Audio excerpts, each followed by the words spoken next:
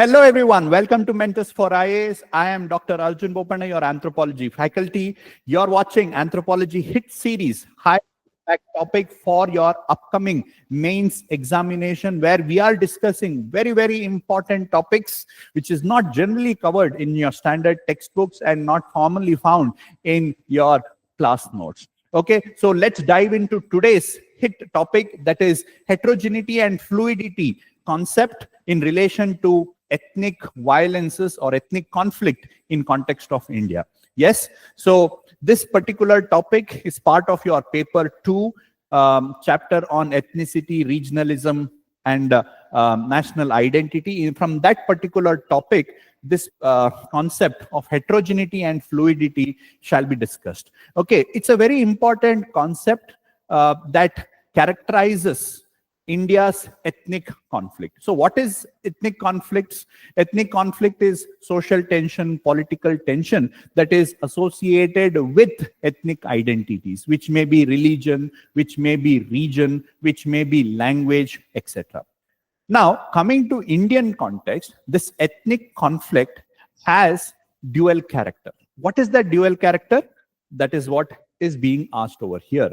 Okay, one is heterogeneity, and the second one is fluidity. Now let's try to understand what these two terms in context of ethnic conflict means. Okay, heterogeneity means what? And fluidity in ethnic conflict means what?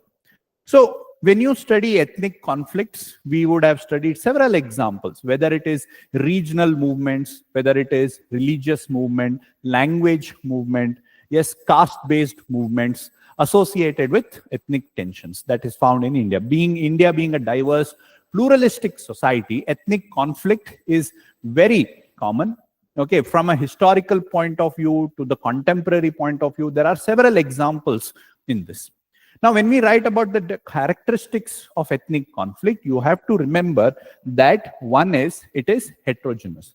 That means there is no one single factor based on which ethnic conflict or ethnic tension happens in India.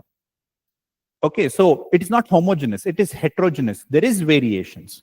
It could be religion, it could be language, it could be region, it could be caste-based, right? So various factors leads to ethnic conflict in India, right? So why it is heterogeneity? Because of plurality of our society, various demand in various times.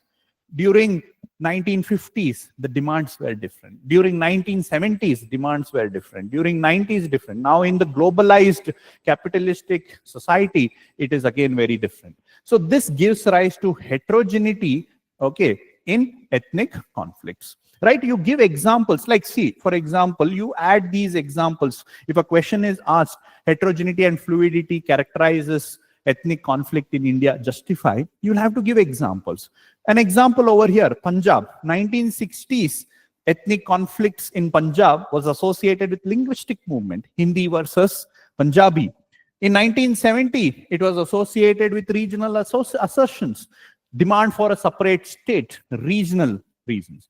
1980s, it was associated with religion, as you know, Sikh movement, assassination of Indira Gandhi, and all those things were associated with religion. So here you can see that as time passed, different reasons led to conflicts in Punjab. Similarly, you can take Andhra Pradesh. Similarly, you can take Jharkhand movement. Similarly, you can take various ethnic conflicts that we see today also. It keeps varying.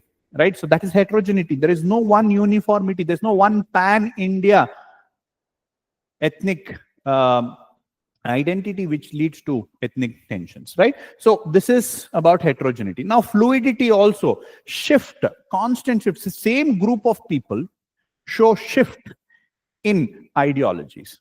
Now you can take a group A. This group may be fighting for religion on a particular time, and then the same group may be fighting for language a later point of time.